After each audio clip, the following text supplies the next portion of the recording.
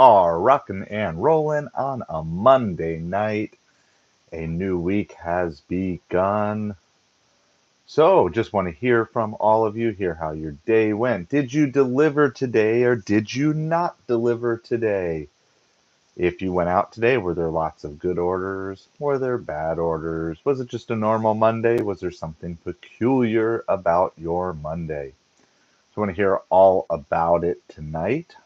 So give everybody a couple minutes to hop on in the stream before we start going. But come on in, say hi, whether you're live or on replay. Just say hello down in the comments below. Check in with us. Let us know how things are going. We are going to talk tonight about what we love about gig delivery work. There's lots of things not to love about gig delivery work, but those things get covered kind of a whole lot in other YouTube forums and Facebook groups and different things. So I wanted to turn it around and talk about some of the things that I really love and um, really ways that even gig delivery work has changed me and I think changed me for the better.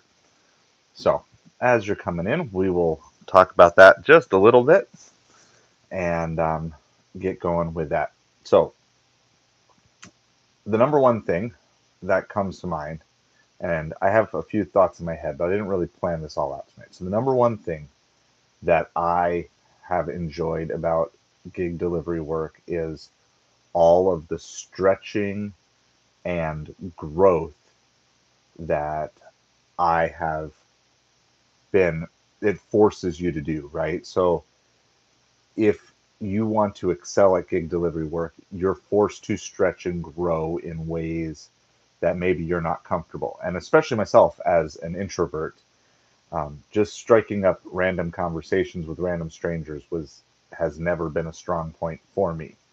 But part of gig delivery work is being able to have a 30-second conversation here or 5-minute conversation there if you're waiting at a restaurant to really learn how to bless someone with your words in a short period of time, essentially.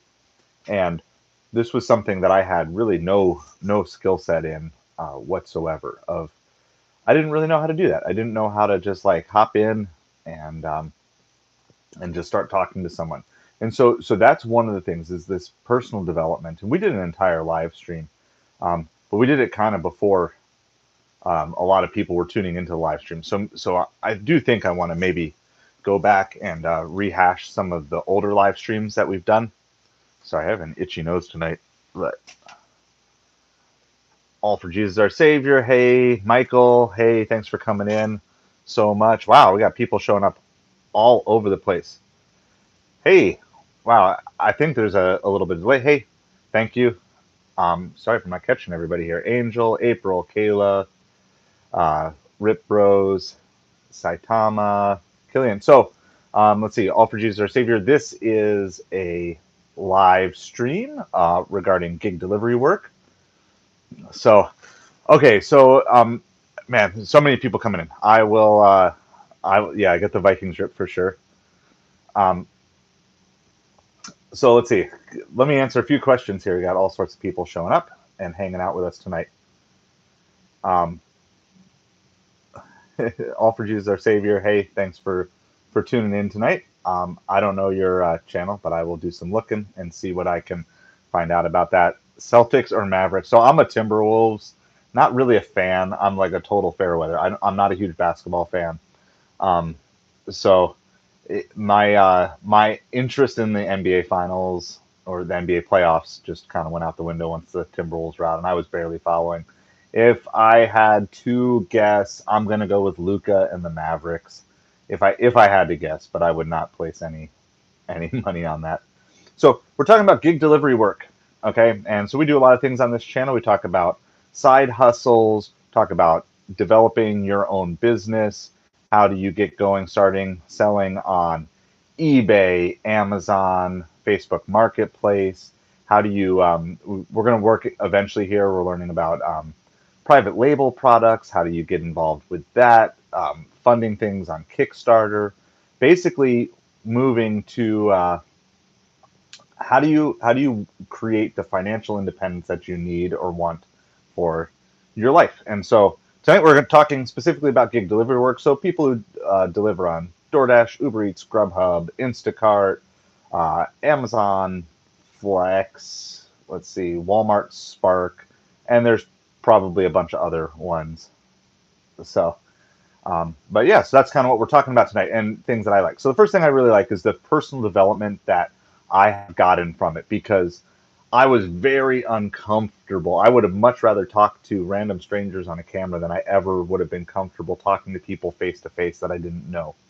And so, name a car. So I always name my car 2004 Pontiac Vibe. 2004 Pontiac Vibe.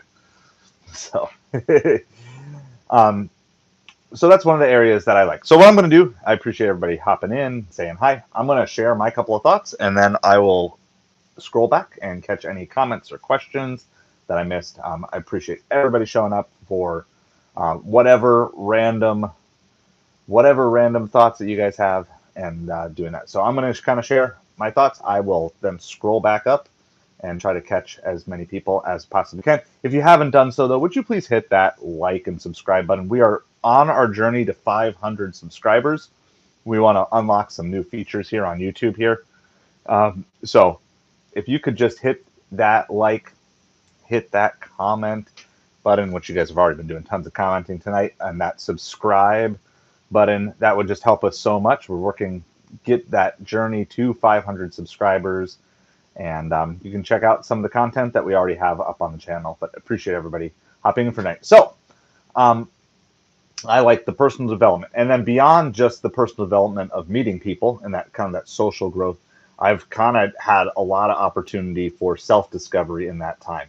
So specifically, if you've ever driven these apps, you can have long stretches where you are by yourself. So you have long stretches of kind of either boringness or nothingness or time by yourself, punctuated by short bursts of excitement, energy, interacting with other people.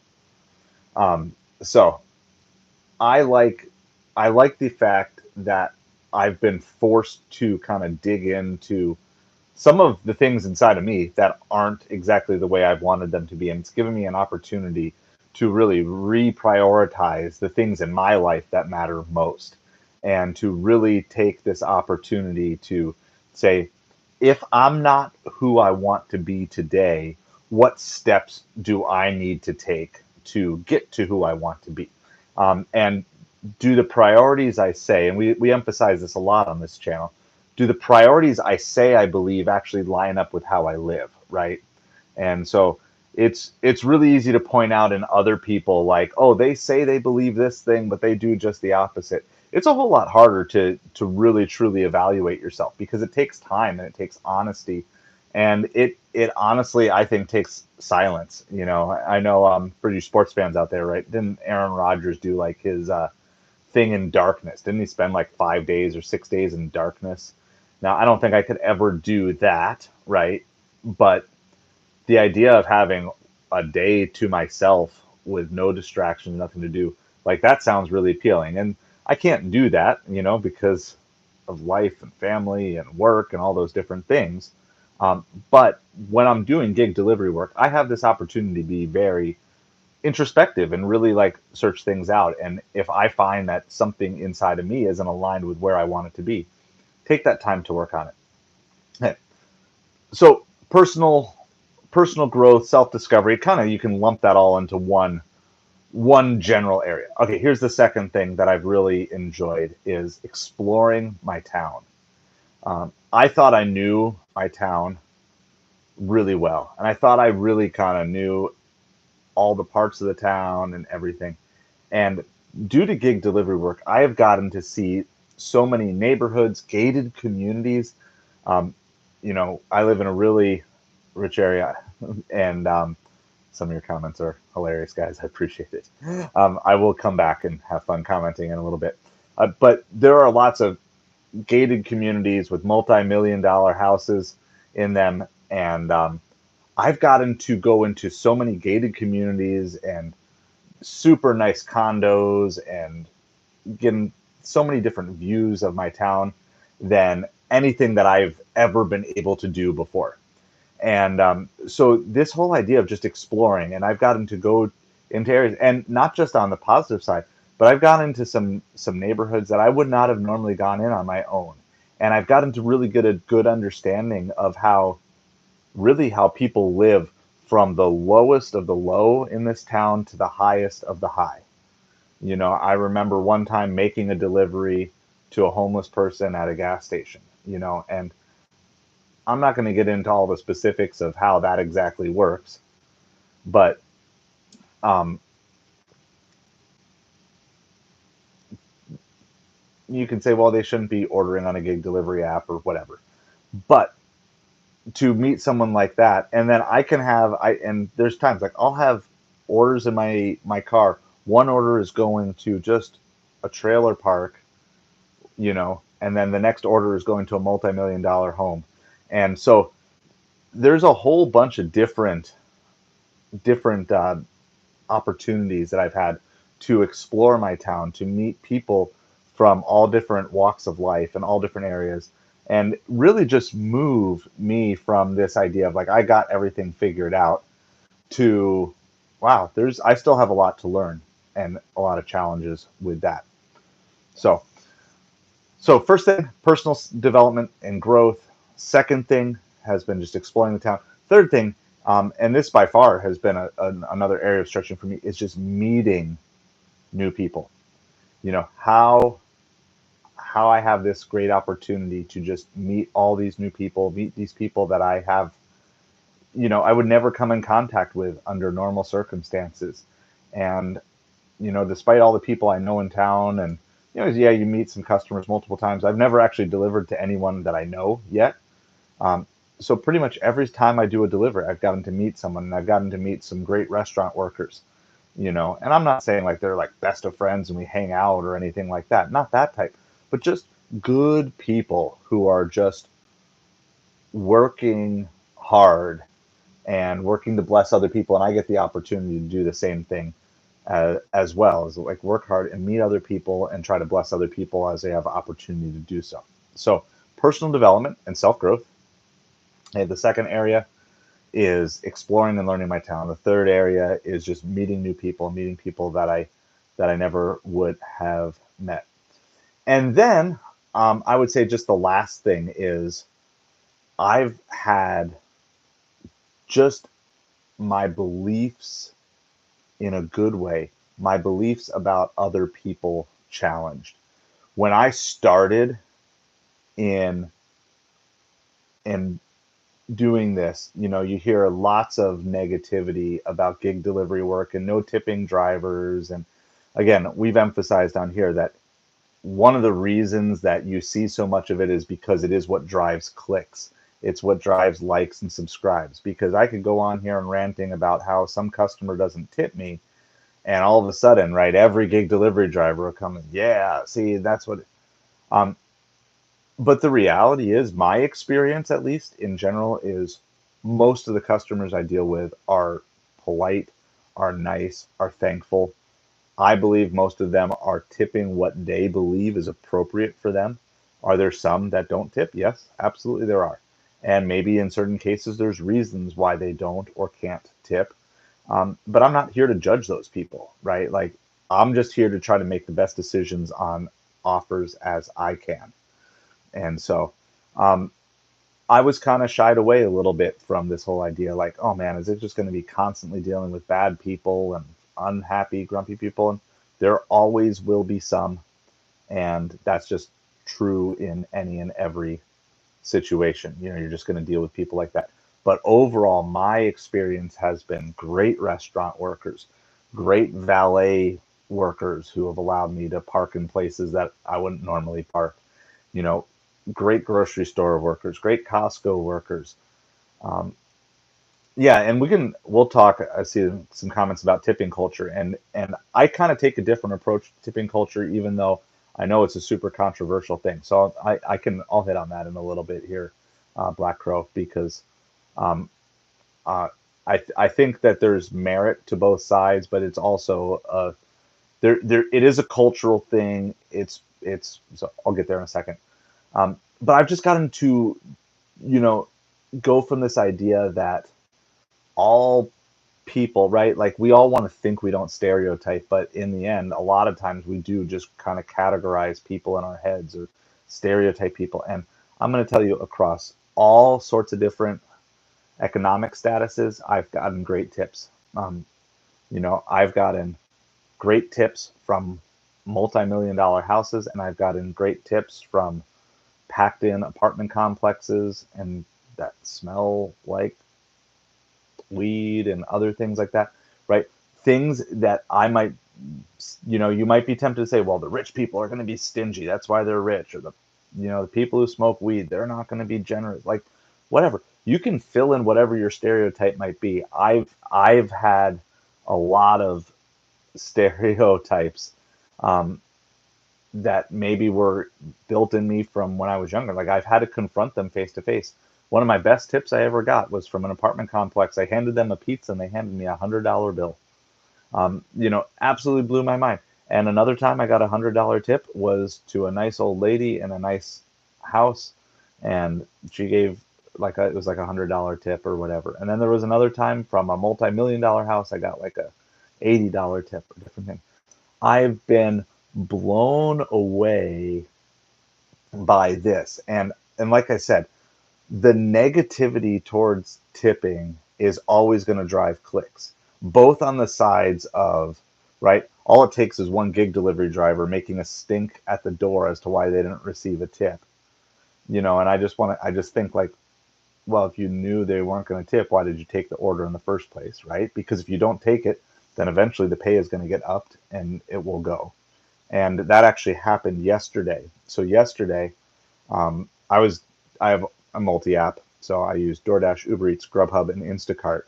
Okay, and I saw an offer came up on Uber Eats for Costco. Now, if you didn't know this, if you do shop and deliver orders on Uber Eats, they now include Costco, which is great. So I saw this order came up, and it came up as Trip Radar, which means it's sent out to a bunch of different people, and it's like whoever claims it that they like that Uber Eats wants to send it to, who they think can get it done fastest or whatever, gets it. So it came up at $18 and it got claimed. However, at least locally, when you accept a Costco order on Uber Eats, there's no actual card to get into Costco that I've been able to find.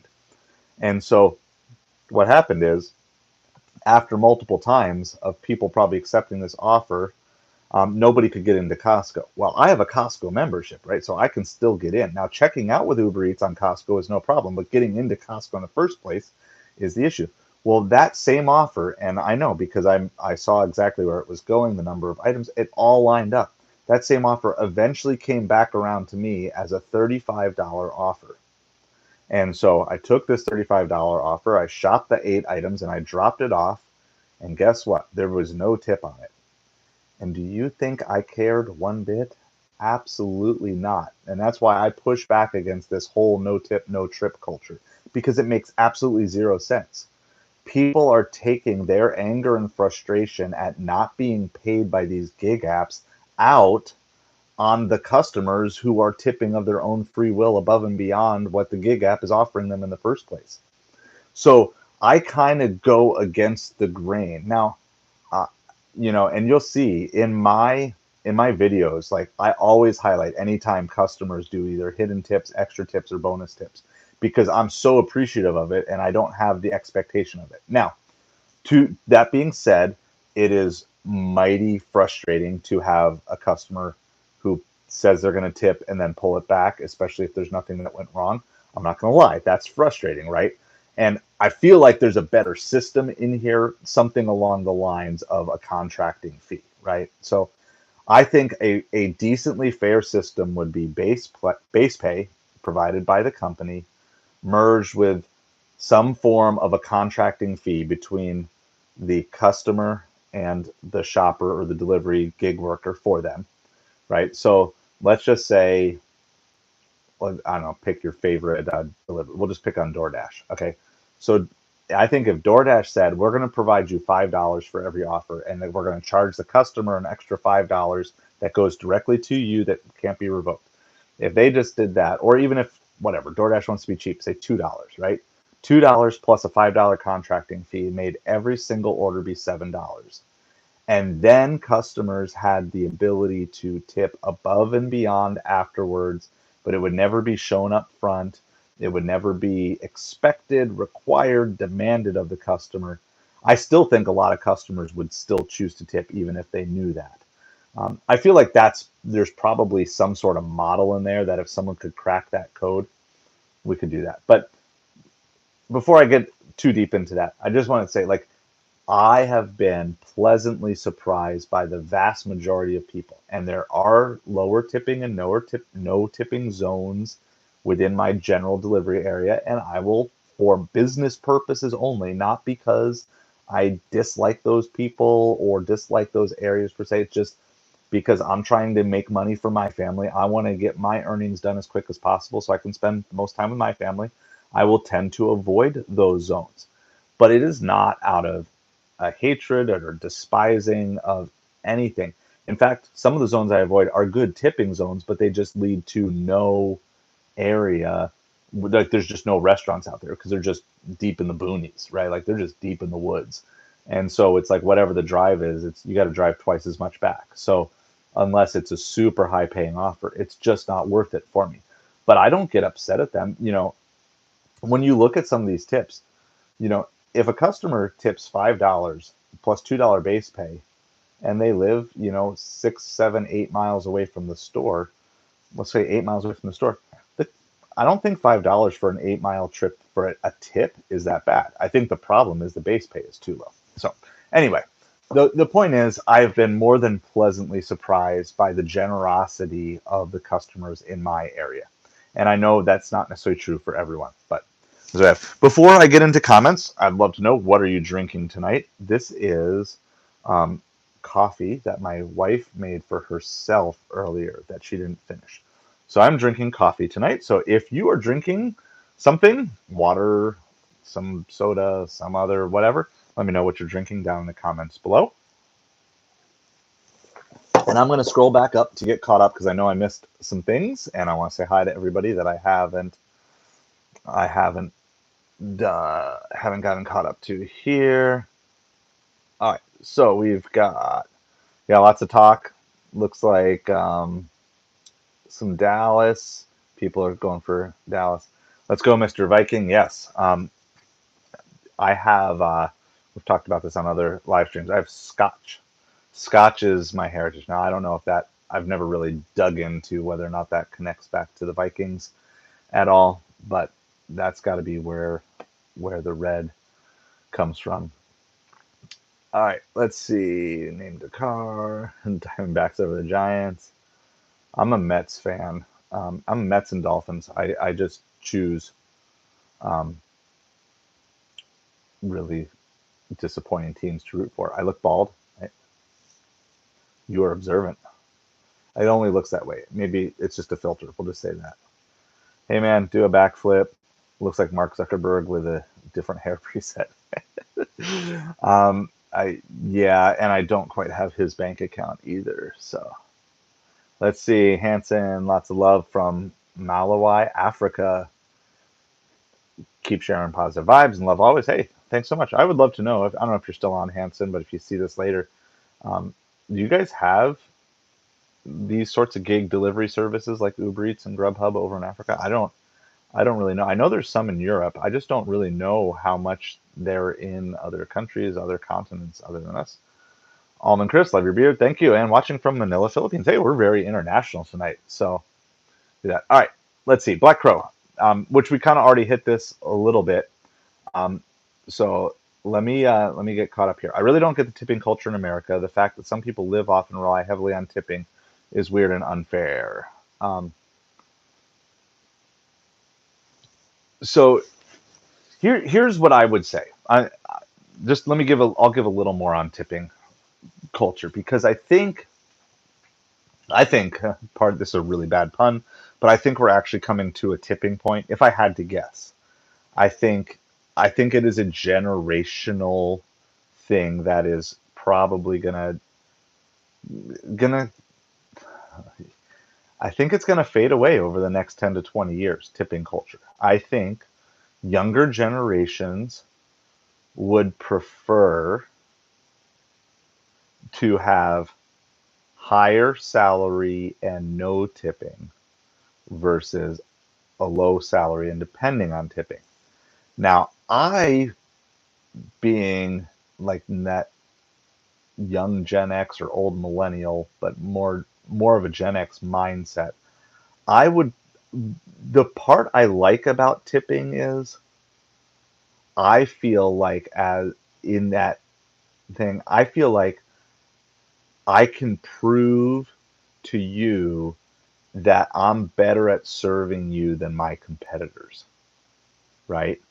So that's I what I like about tipping, and I would say specifically of all the gig delivery apps, the app I like that I probably enjoy delivering for the most is Instacart because regularly I can prove to my Instacart customers that I excel in shopping, delivering, picking replacements for them. I feel like I can excel in that significantly better than my competition. So I think tipping works well in a semi competitive landscape like gig delivery apps. Um, whereas if you're just like, say, a waiter or a waitress at a restaurant, right, you're not really competing against anybody that much. I mean, I guess technically they might compare you to some other service that they receive somewhere else. But for the most part, like at a restaurant, like when I'm looking at, I just have like the two or three checkoffs that I'm looking for a waiter and waitress. Like one, don't forget about me, but two, don't hover over me, right? Like that's basically my standard.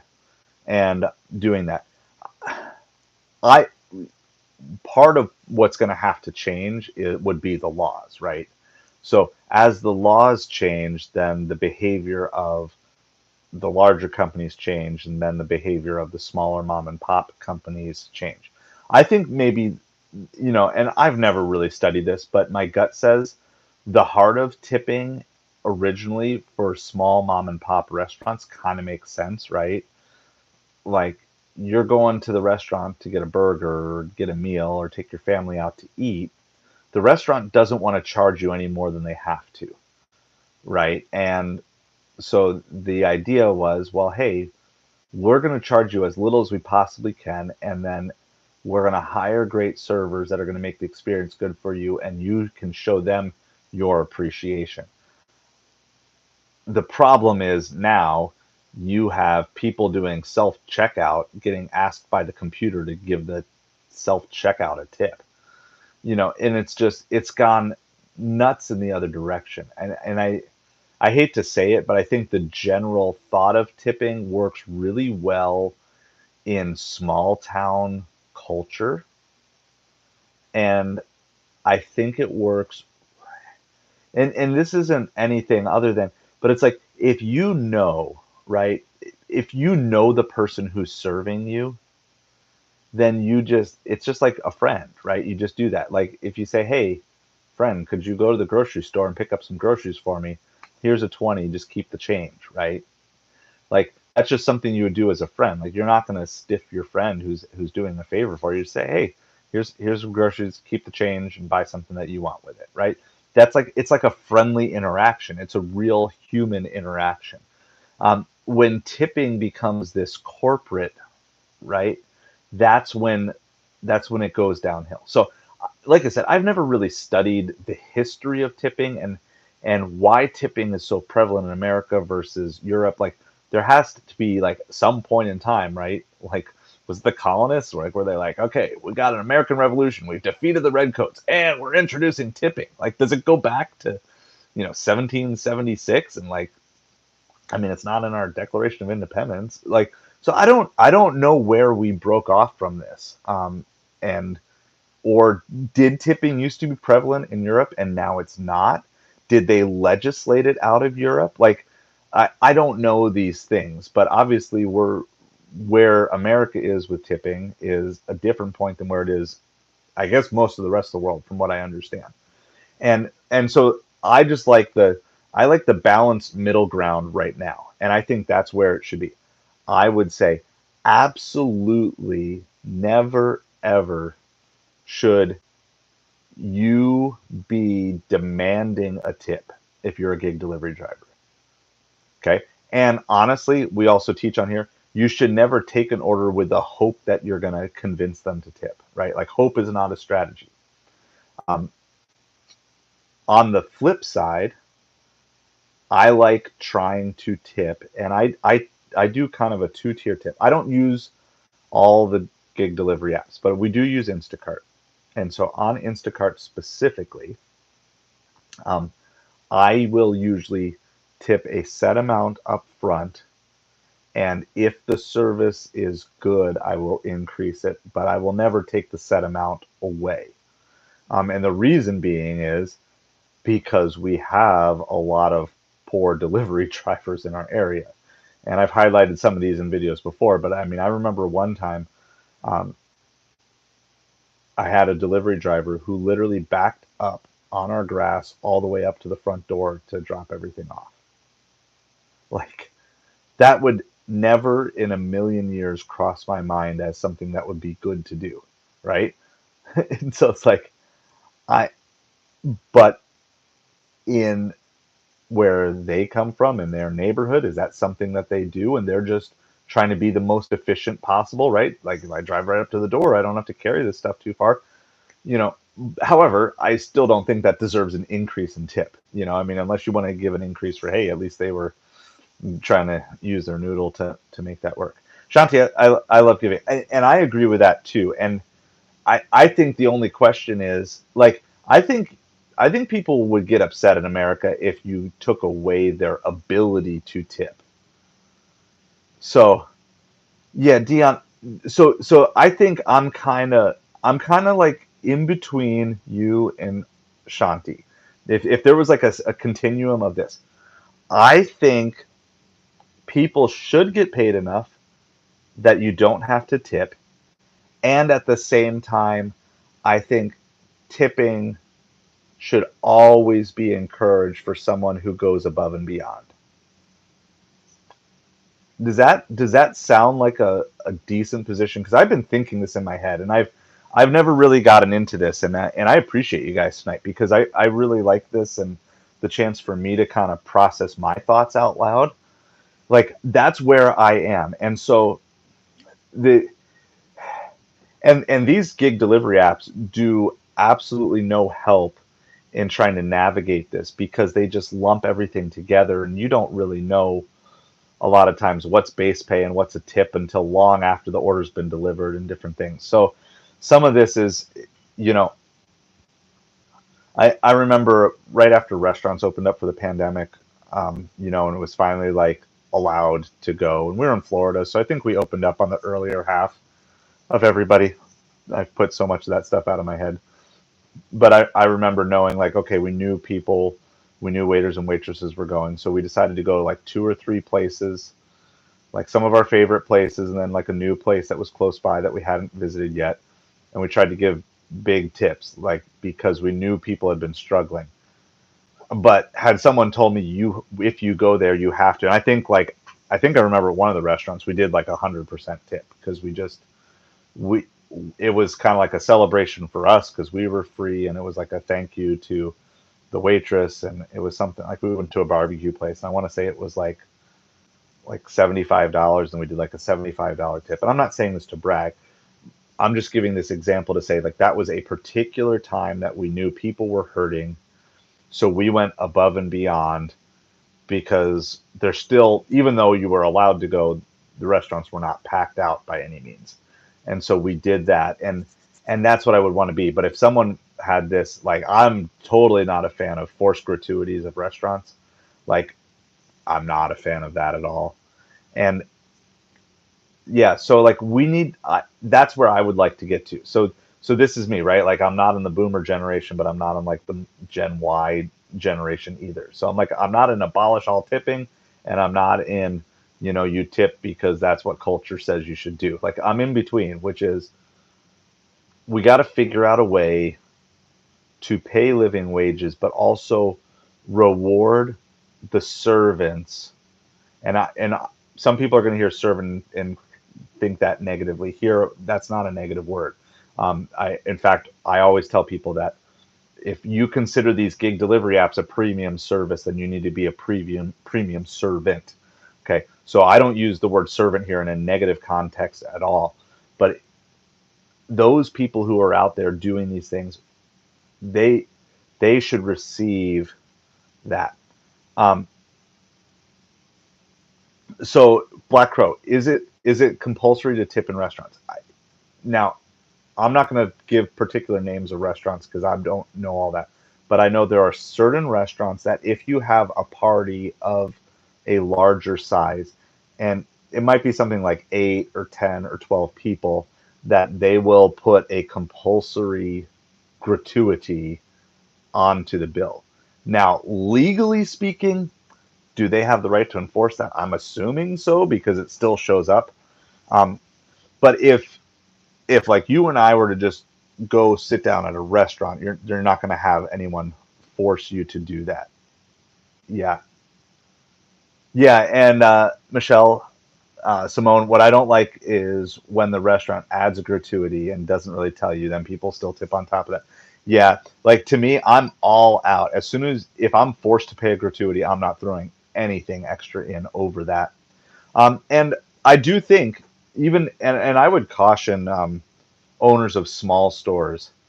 I would caution too much of doing that tipping at the checkout stand, right? One of my friends posted this. And I don't know if it was a meme or something that they copied from somewhere else they come up with, but it was like new rule: if I have to stand to order my food, I'm not tipping, right?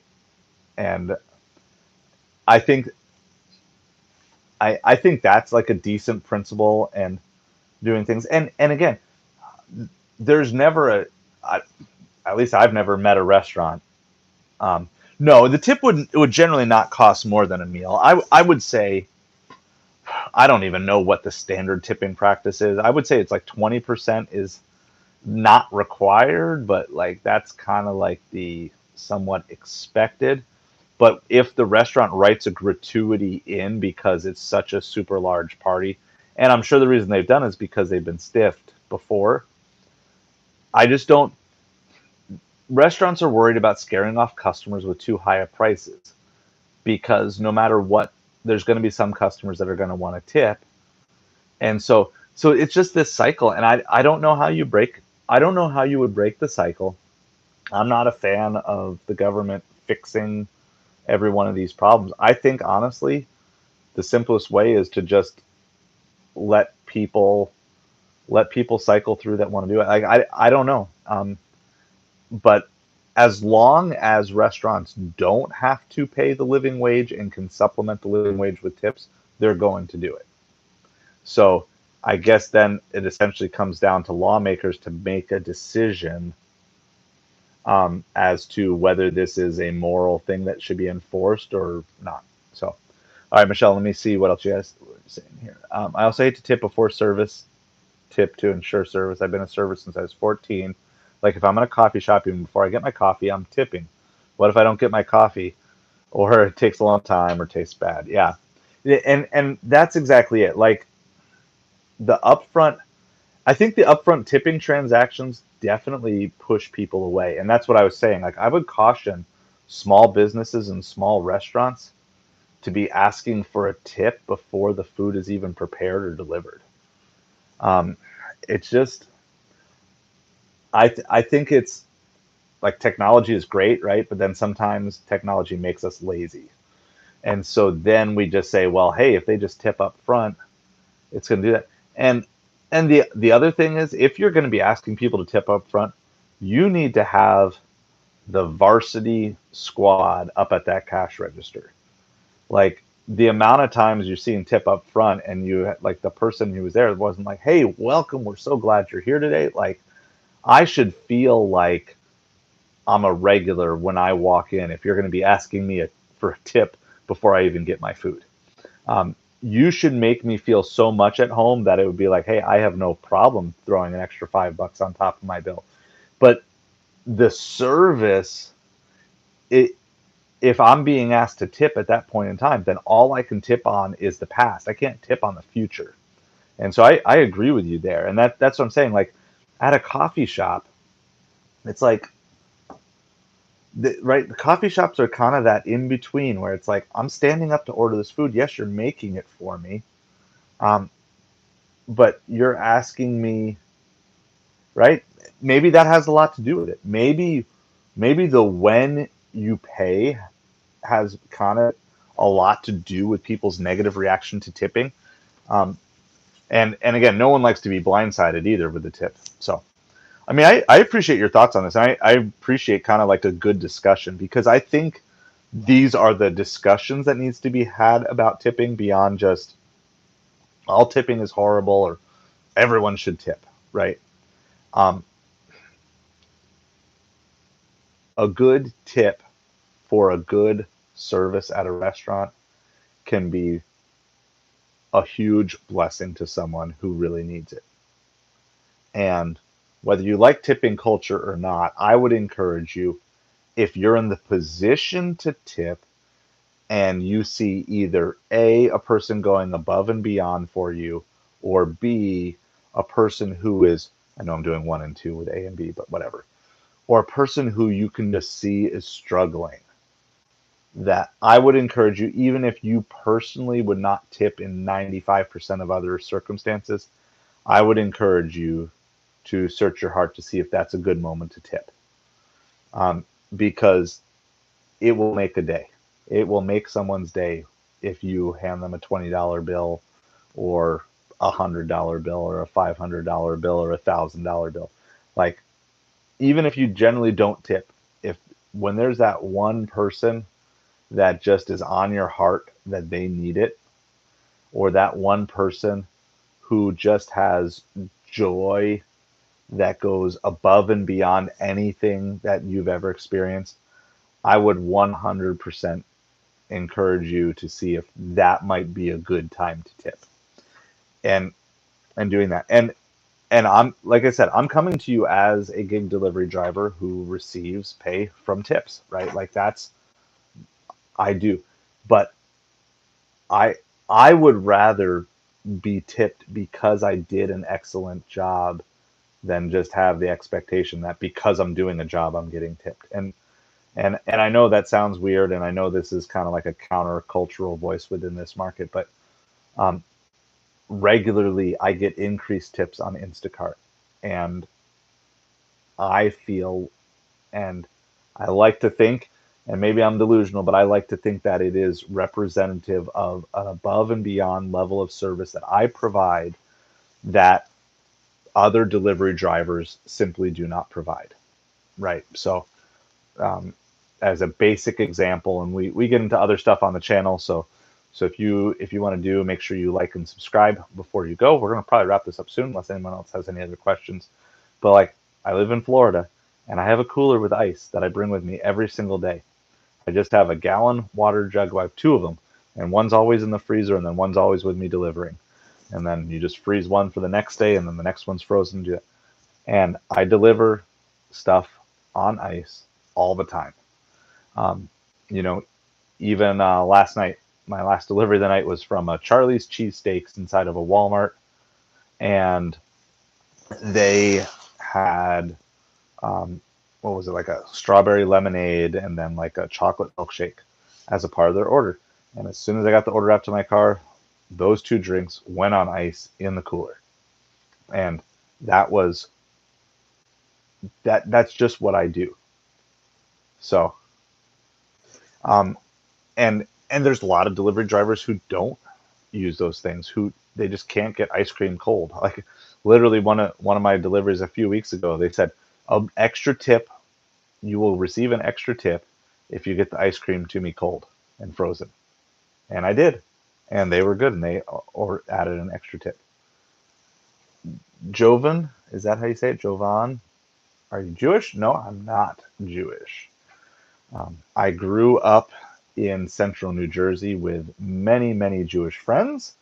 I did go to a couple of bar mitzvahs of my friends, which was really a big honor, as not a Jewish kid to be invited to bar mitzvahs. I don't know how much of an honor it was, but it was an honor to me to get to go and participate in that and learn more about the Jewish culture.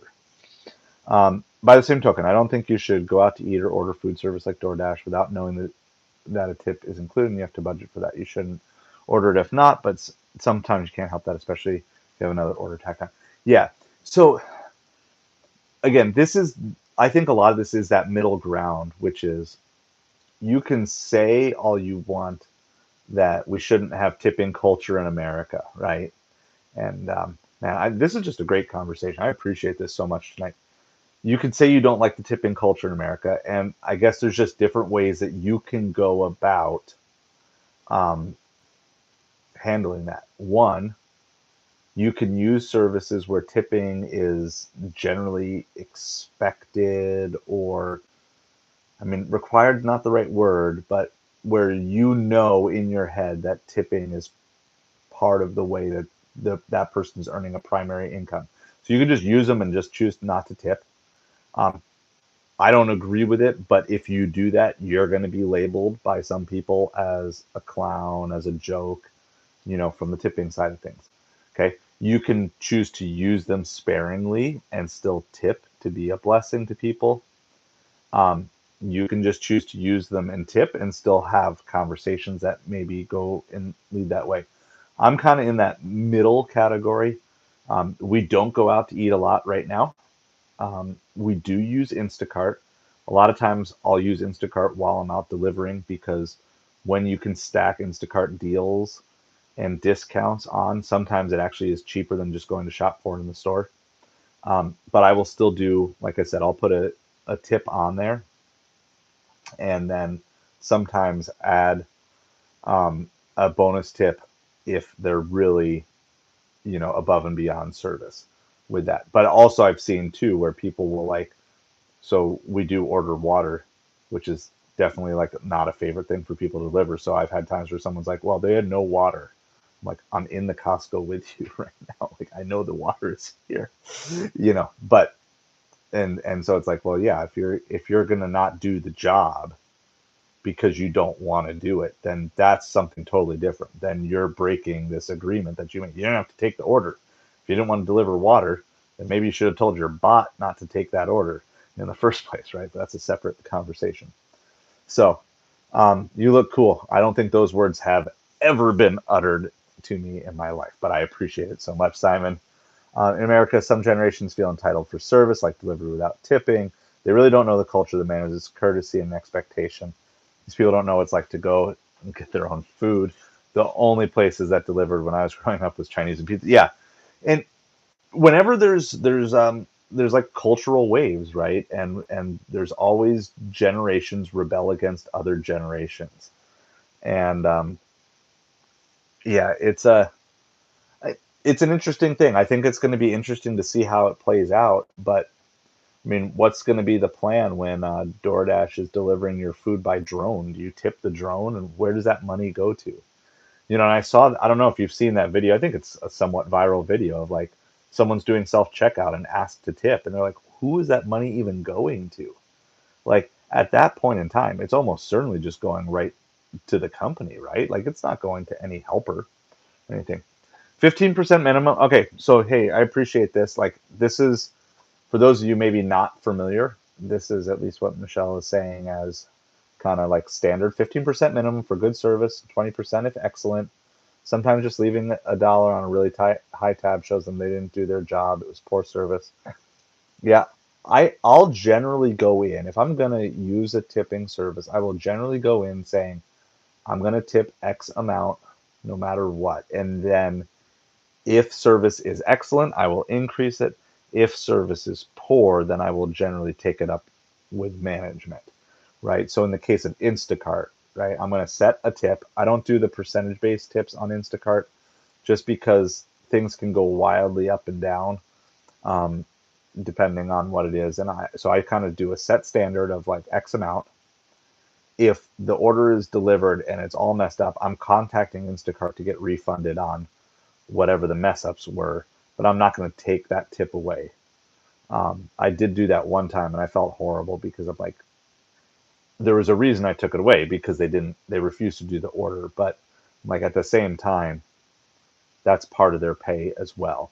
So it's like, I think the compromise is a small but fair tip and then stack it on, add more if it's better service than expected. And if it's worse service than expected, then go deal with it on the corporate side without punishing that person.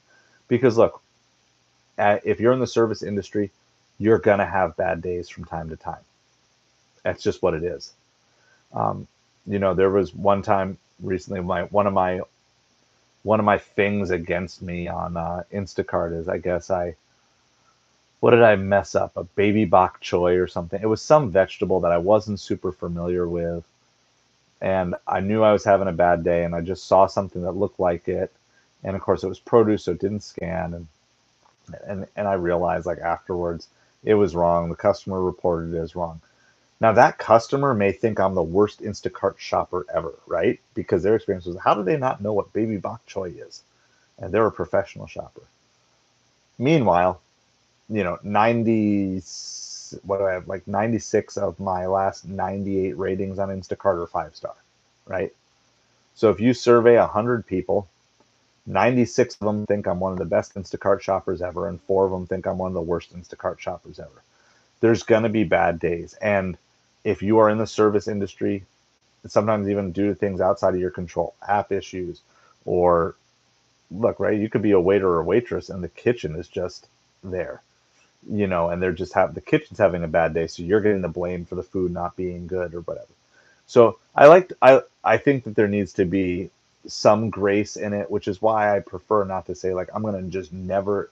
If you have a bad day, I'm gonna not tip you. Maybe the person who's having a bad day actually needs the bigger tip. Maybe there's something going on. Maybe they have like some major, maybe they lost a loved one or someone they know is sick and their head's not there. And sometimes if you're observant enough, you can kind of pick up on it that people aren't doing that. And that's part of just learning how to read people and learn to love on people the best way that you can.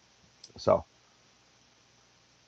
yeah, always tip if it wasn't the server's purview. Right. And I mean, and I try to do that. And like I said, even sometimes if it was 100% the server's fault, I try to at least say, okay, I was already planning, I already budgeted this money for this purpose. So I'm still going to give it to them, but then maybe I'll still follow up and, if it's a restaurant superior, or if it's Instacart, follow up with Instacart and say, look, I'm going to leave my tip on because I don't want to hurt them, but here's the reality. This was really messed up. And I let them know, let them handle that part from there, and then, but not be the one that takes away. But I'm not saying that that's the right way. I'm just saying that's how I would handle it. So I appreciate you guys all. Appreciate your time tonight. So anyway, if you are watching this on replay, definitely would love to hear your tips on tips, since we kind of got into that. But also I want to hear what are the things that you enjoy about gig delivery or service work. I know some people tend to look down on it because that's also a very YouTubian thing to do, right? Get a real job, as if people serving food as waiters and waitresses is it's this new thing that just started. Um, you know, you can say you don't like tipping culture, but don't tell me that a waiter or a waitress doesn't work a real job. Okay, don't tell me that some of these Instacart shoppers who are out there 12 hours a day aren't working real jobs. You might disagree if they're using bots or different things. Like, you may not like some of the things they do, but it's work. There is physical work. There's mainly, and it provides a service. I know, at least in our community, we have tons of people who are very limited mobility or shut in that really rely on that service. And so do that. So, yep, you don't really ever know what's going on behind those doors. Absolutely, like going with that. So, a couple of channel updates, just really quick, of what has come out recently and what's going on. And I'll take any other questions you have. Again, if you haven't done so, please hit that like button and that subscribe button. We are on our way towards 500. I believe at the start of the stream we're at 454. So our goal was to get to 500 by July. So we have 1 month to go. So I need your help hitting that subscribe button. So some channel update things really quick. We do have a Patreon live down in the description below. You can sign up, and if you want to tip, you can tip me $5 a month for that, but you can also sign up for absolutely free on Patreon. We actually had our very first patron sign up today.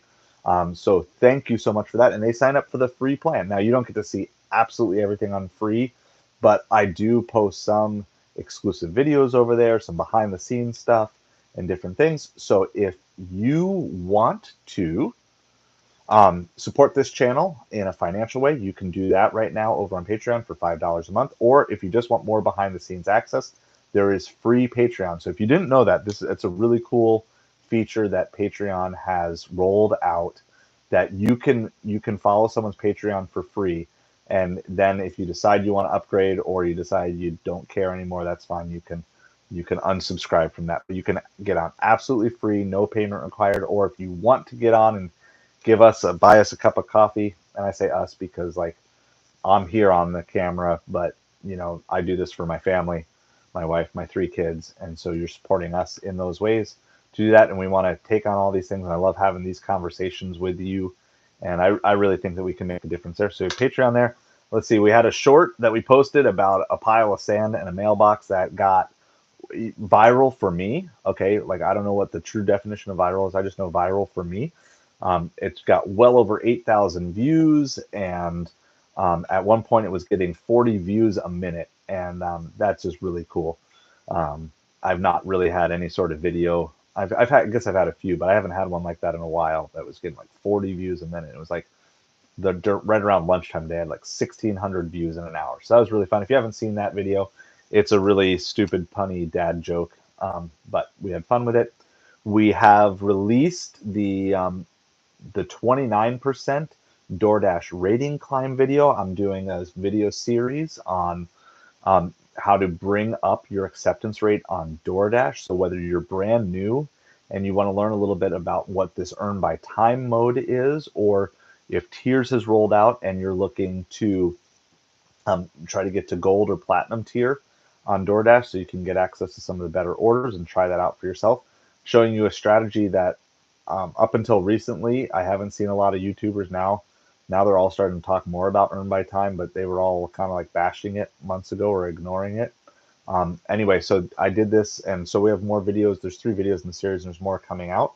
I also recorded a couple videos for a challenge that I was going to try for June. Hey, Glitch Dash, hello from Grand Rapids. Thanks so much for hopping in tonight. So I did a couple of videos that I was going to try a $200 every day in June challenge, but then we had some car difficulties. Specifically, the headlights went out of my car, so that's not really good. And so we're taking that in to get repaired tomorrow, plus to get the air conditioning fixed in my car in Florida. I've been delivering for over a year in Florida with no air conditioning in the car, and we just had like a great family member who just stepped up and said, "Hey, we want to just fix that for you." And that's what I'm saying. Like anytime you can be a blessing to other people, it's great. I talked about this a couple days ago on live stream called "Give a Blessing, Receive a Blessing." If you want to hear a little bit more about that, you can go back and rewatch that live stream. Of course, it's not live, but we recorded it and it was all done live, so you can do that. I am working on a video about how my wife has actually co-made this video with me about how we use our Breville Barista Express espresso machine to make coffee at home. That's higher quality than what you can get from coffee shops, and it's a higher upfront price, but it saves you lots of money in the long run versus going and getting Starbucks every day. So that's a video that I'm working on, and then I'm going to probably be working on 1 or 2 more ride-along type of videos tomorrow while they're fixing the air conditioning and the headlights in my car. So that's just a little bit. There's a bunch of other things on the channel you can kind of look through. I'm going to be trying to go live most weeknights. It was absolute mayhem. We must have gotten pushed to a bunch of people all at once. I think at one point I saw like 34 people live, and it was absolute chaos in the comment section. I think most people had nothing to do with gig delivery at the very beginning, but I appreciate every single one of them for coming in, leaving a comment, and it's fun hanging out with you guys. So let me know as we kind of wrap up tonight. We're right at an hour here. Let me know, what do you enjoy about gig delivery work? You can let me know about that down in the comments below. And again, if you haven't done that, make sure you hit that like button and hit that subscribe button. Help us get to 500 as soon as possible. Michelle, Black Crow, Glitch, and so many others that were coming on tonight. Thank you so much, Dion, and like that was a really good discussion. And maybe we'll need to continue that again sometime in the future. You guys are so awesome. I appreciate you spending time with me, and I hope that you were able to get something out of it as well. Check out the channel, and always feel free to ask questions and make requests down in the comments below. Have a great night.